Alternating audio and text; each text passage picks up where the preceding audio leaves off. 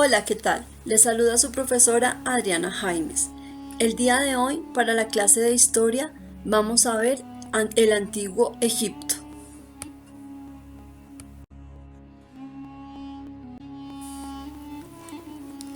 La civilización egipcia se desarrolló en el creciente fértil del Nilo, a orillas del largo y caudaloso río Nilo, que corre de sur a norte y termina en una especie de abanico o delta formado por ríos más pequeños que desembocan en el mar Mediterráneo. Egipto está dividido en Bajo Egipto en el norte y Alto Egipto en el sur. La geografía de Egipto es muy desigual, pues a los lados del río hay una pequeña franja fértil, pero enseguida se encuentran grandes desiertos. En el sur hay varias cataratas imposibles de navegar y donde casi nunca llueve. Durante mucho tiempo, estas características geográficas le sirvieron a Egipto como una defensa contra las invasiones de otros pueblos. Aunque el clima es muy seco, el agua que se desborda del río Nilo deja un limo que hace fértil la tierra y en partes inundadas abundan las aves, los peces y unas cañas llamadas papiros. Los egipcios sabían que de octubre a diciembre el río se desbordaba y que en el Egipto Bajo no llovía en marzo y abril. También conocían las catástrofes provocadas por las inundaciones que no podían controlar, entonces la pérdida de las siembras por falta de lluvia y su principal consecuencia era el hambre.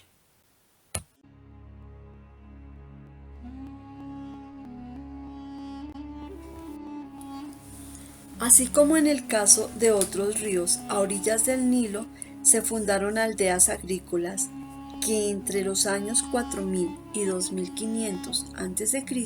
se convirtieron en ciudades.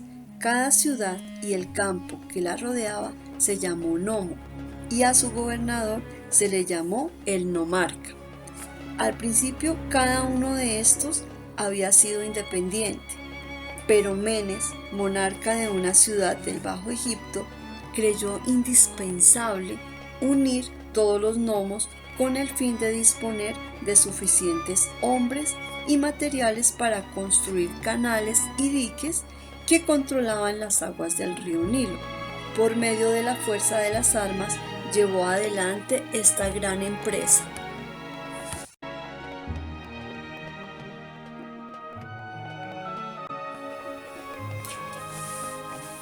La sociedad egipcia se dividió en 4 estamentos. En el más alto estaban los sacerdotes, los funcionarios del gobierno y sus familias.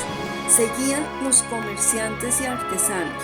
Y el tercero estaba formado por la mayoría de la población, que eran los campesinos. Estos últimos estaban obligados a entregar al faraón parte de sus cosechas y a trabajar en la construcción de templos y pirámides cuando el faraón se lo ordenaba. El estamento más bajo estaba integrado por esclavos, por adultos y por niños. Los esclavos eran hechos prisioneros y vendidos como sirvientes a los miembros del estamento más alto. El faraón no pertenecía a ningún estamento social, pues era considerado como un dios que estaba por encima de toda la sociedad.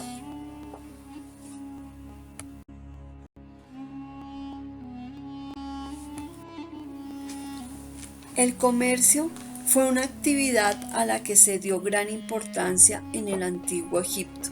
Los egipcios obtenían grandes cantidades de cereales que les permitían contar con un excedente que vendían a los fenicios o a los pueblos de Mesopotamia.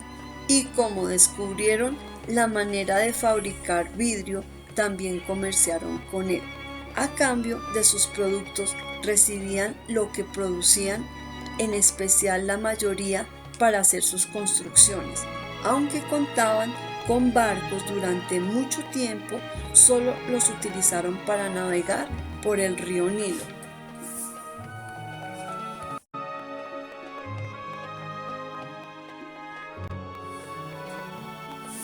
En cuanto a las creencias religiosas, los egipcios fueron un pueblo muy religioso que creían en varios dioses, o sea que eran politeístas. Su principal divinidad fue el sol, al que daban distintos nombres. Horus era el sol del amanecer, Ra el sol del mediodía y Osiris el dios del bien, de la vegetación y de la vida eterna. Los dioses eran representados e identificados con animales como el halcón, el carnero y el buey, a los que se les consideraba sagrados y recibían un trato especial.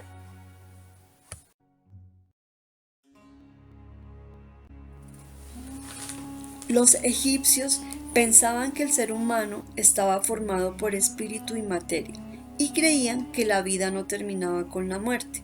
Por esta razón, consideraban necesario evitar la descomposición del cuerpo, es decir, de la materia, de lo contrario la persona quedaría incompleta.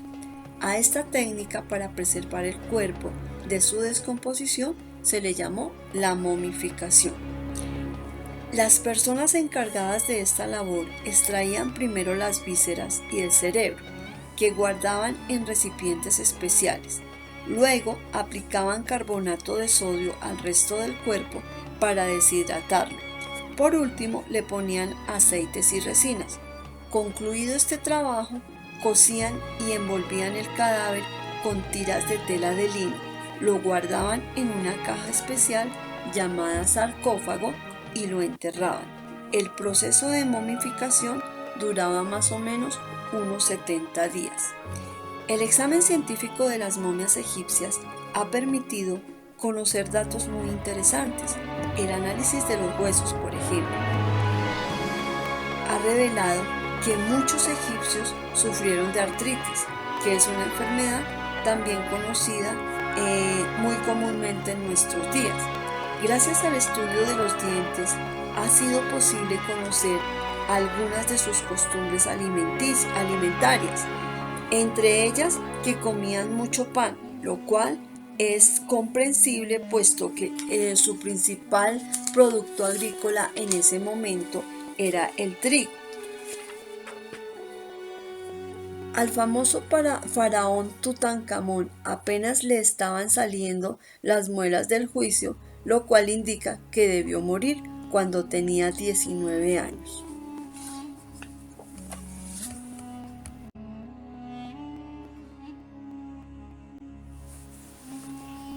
Las famosas pirámides del Valle de Gizeh fueron las tumbas de Keops, Kefren y Mykerinos, importantes faraones del Imperio Antiguo.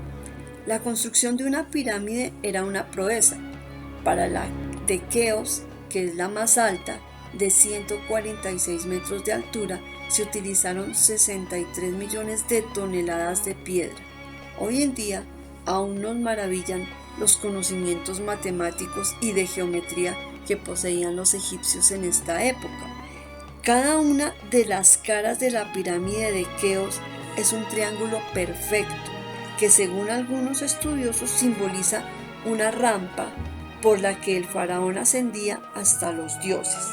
La creencia de la vida después de la muerte llevó a las familias a enterrar a sus muertos con las pertenencias que podrían serles útiles, porque ellos suponían que iban a necesitar de sus pertenencias allá en la otra vida.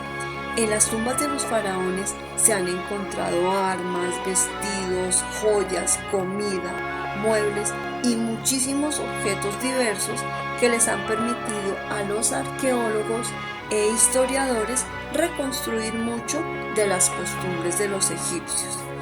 A partir del nuevo reino, no podía faltar en la tumba de un personaje importantes objetos valiosos como el libro de los muertos.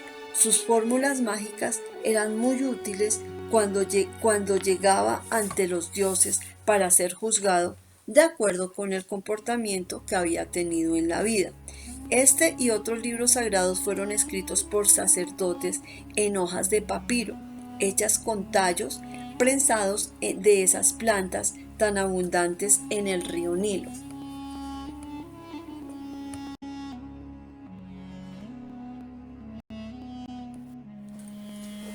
Hasta el momento, los restos más antiguos de escritura se han encontrado en Egipto y datan aproximadamente del año 3500 a.C. La escritura fue uno de los inventos más extraordinarios en la historia de la humanidad.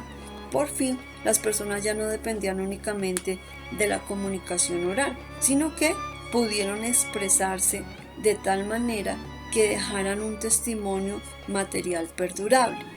Al principio, los egipcios dibujaban objetos y expresaban, por ejemplo, con una cabeza humana, un arco o un pato. Decían que un hombre había cazado a un pato.